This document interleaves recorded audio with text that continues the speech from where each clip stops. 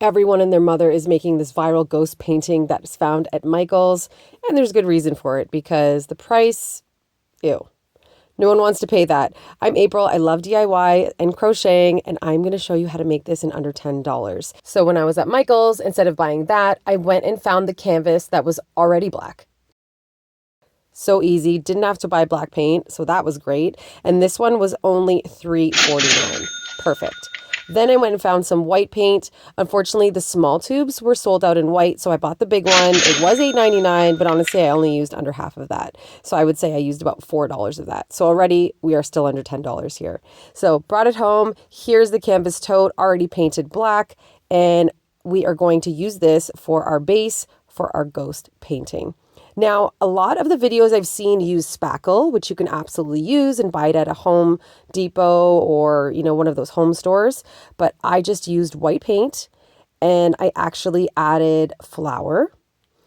And you can also add baking soda as well. You just want kind of a thick paste. So I wasn't really measuring here. I just wanted that consistency of thickness that I know that I needed for this painting. So I just kept adding a little bit of flour, a little bit more paint, a little bit more flour, until I got this perfect thick consistency that I know would be great for this painting. So again, you can use anything you'd like.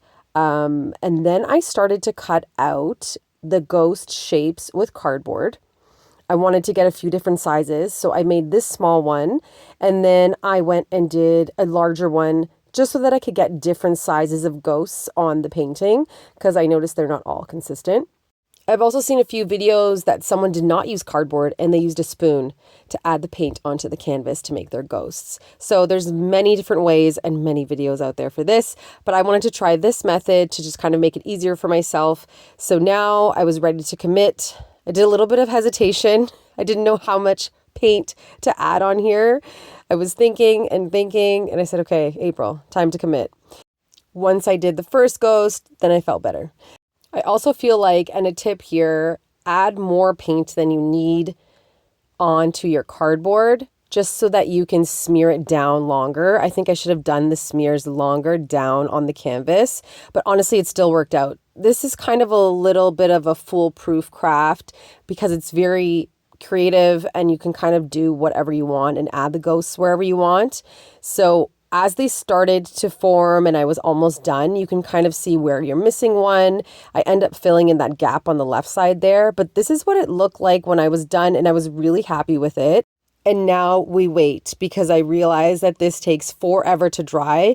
Like honestly, probably 24 hours. I kept checking it to see if it was dry so I could add the eyes. It took forever. Anyways, finally it was dry. I have these black foam stickers on hand in my yarn cupboard, and I used a punch and kind of made small, tiny black circles. You can use a paint marker. You can use actual paint with your paintbrush and do the eyes. I liked doing this because they looked completely consistent. But there it is, the viral ghost painting from Michael's. You can make it on your own at home. You just have to wait a really long time for it to dry. Follow me for more quick DIYs and for free patterns, othcrochetnook.ca.